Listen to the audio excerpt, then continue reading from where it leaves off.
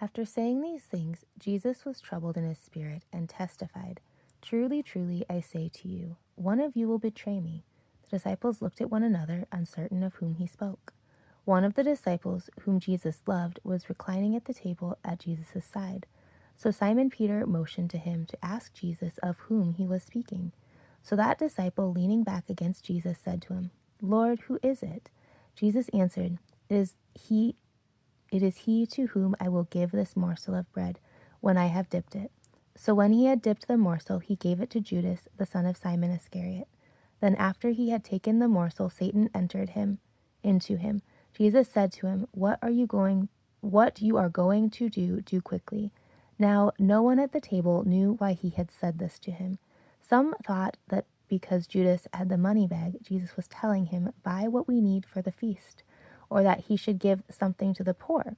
So after receiving the morsel of bread, he immediately went out, and it was night. When he had gone out, Jesus said, "Now is the Son of Man glorified, and God is glorified in him.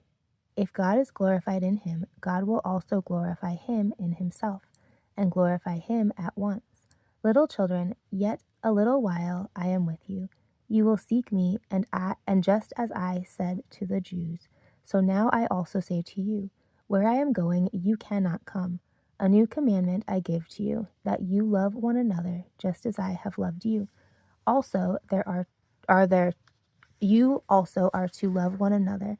By this, all people will know that you are my disciples, if you have love for one another."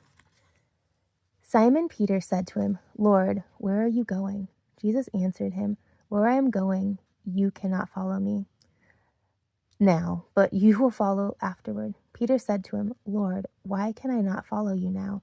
I will lay down my life for you." Jesus answered, "Will you lay down your life for me? Truly, truly, I say to you, the rooster will not crow till you have denied me 3 times. I'm going to skip this and just do the Tenebrae readings. John 18. When Jesus had spoken these words, he went out with his disciples across the brook Kidron, where there was a garden, which he and his disciples entered. Now Judas, who betrayed him, also knew the place, for Jesus often met there with his disciples.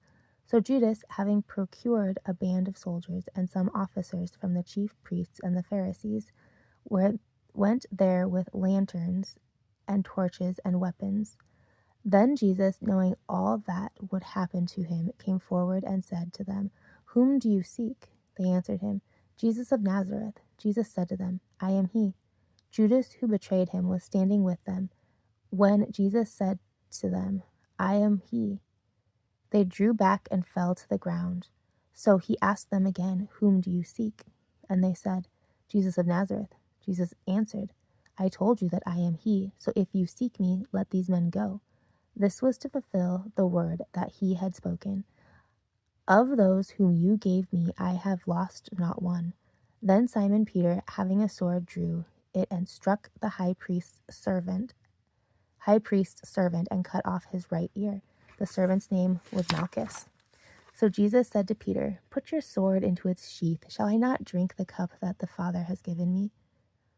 So the band of soldiers and their captain and the officers of the Jews arrested Jesus and bound him. First they led him to Annas, for he was the father-in-law of Caiaphas, who was high priest that year. It was Caiaphas who had advised the Jews that it would be expedient that one man should die for the people. Simon Peter followed Jesus, and so did another disciple. Since that disciple was known to the high priest, he entered with Jesus into the courtyard of the high priest. But Peter stood outside at the door. So the other disciple, who was known to the high priest, went out and spoke to the servant girl who kept watch at the door and brought Peter in. The servant girl at the door said to Peter, "You also are not one of this man's disciples, are you?" He said, "I am not." Now the servants and officers had made a charcoal fire because it was cold, and they were standing and warming themselves. Peter also was with them, standing and warming himself. The high priest then questioned Jesus about his disciples and his teaching. Jesus answered them, "I have spoken openly to the world. I have always taught in synagogues and in temples, and in the temple where all Jews come together.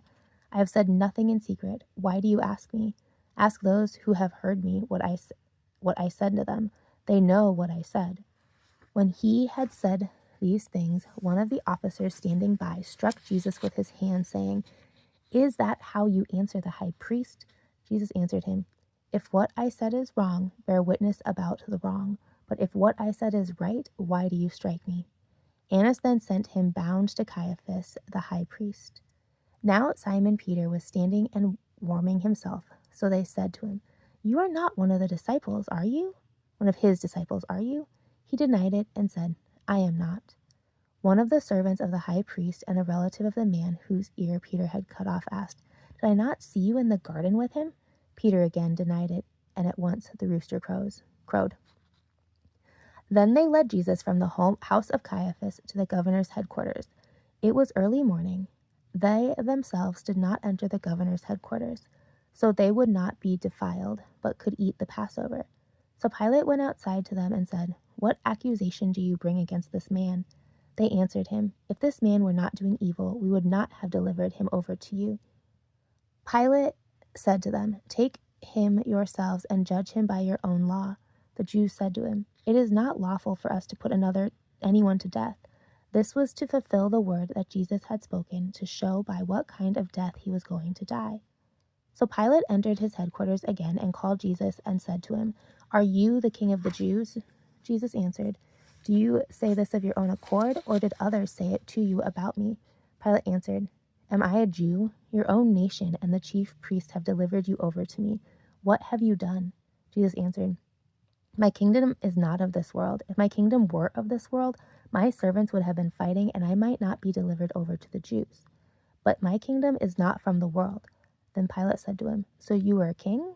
Jesus answered, "You say that I am king. For this purpose I was born, and for this purpose I have come into the world, to bear witness to the truth. Everyone who is of the truth listens to my voice." Pilate said to him, "What is truth?" After he said this, he went back outside to the Jews and told them, "I find no guilt in him, but you have a custom that I should release one man for you at the Passover. So do you want me to release to you the king of the Jews?" They cried out again, "Not this man, but Barabbas." Now Barabbas was a robber. Then Pilate took Jesus and flogged him, and the soldiers twisted together a crown of thorns and put it on his head and arrayed him in a purple robe. They came up to him saying, "Hail, King of the Jews," and struck him with their hands. Pilate went out again and said to them, "See, I am bringing him out to you, that you may know that I find no guilt in him." So Jesus came out wearing the crown of thorns and the purple robe. Pilate said to them, "Behold the man." When the chief priests and the officers saw him, they cried out, "Crucify him, crucify him." Pilate said to them, "Take him yourselves and crucify him, for I find no guilt in him." The Jews answered him, "We have a law, and according to that law he ought to die, because he has made himself the Son of God." When Pilate heard the statement, he was even more afraid. He entered his headquarters again and said to Jesus, "Where are you from?" But Jesus gave no answer. So Pilate said to him, "You will not speak to me. Do you not know that I have authority to release you and authority to crucify you?" Jesus answered, "You would have no authority over me at all unless it had been given to you from above. Therefore, he who delivered me over to you has the greater sin." From then on, Pilate sought to release him, but the Jews cried out, "If you release this man, you are not Caesar's friend. Everyone who makes himself a king opposes Caesar." So when Pilate heard these words, he brought Jesus out and sat down on the judgment seat at a place called the Stone Pavement, and in Aramaic, Gabbatha. Now it was the day of preparation of the Passover. It was about the 6th hour. He said to the Jews, "Behold your king." They cried out, away with him, crucify him." Pilate said to them, "Shall I crucify your king?" The chief priests answered, "We have no king but Caesar." So he delivered him over to them to be crucified. So they took Jesus, and he went out, bearing his own cross to the place called the place of the skull, which in Aramaic is called Golgotha. There they crucified him, and with him 2 others, one on either side, and Jesus between them. Pilate also wrote an inscription and put it on the cross. It read, "Jesus of Nazareth, the King of the Jews." Many of the Jews had read this inscription, for the place where Jesus was crucified was near the city, and it was written in Aramaic, in Latin, and in Greek. So the chief priests of the Jews said to Pilate, "Do not write the King of the Jews, but rather, this man said, 'I am the King of the Jews.'" Pilate answered, "What I have written, I have written." When the soldiers had crucified Jesus, they took his garments and divided them into 4 parts, one part for each soldier, also his tunic. But the tunic was seamless, woven in one piece from the top to the bottom. So they said to one another, "Let us not tear it, but cast lots for it to see whose it shall be."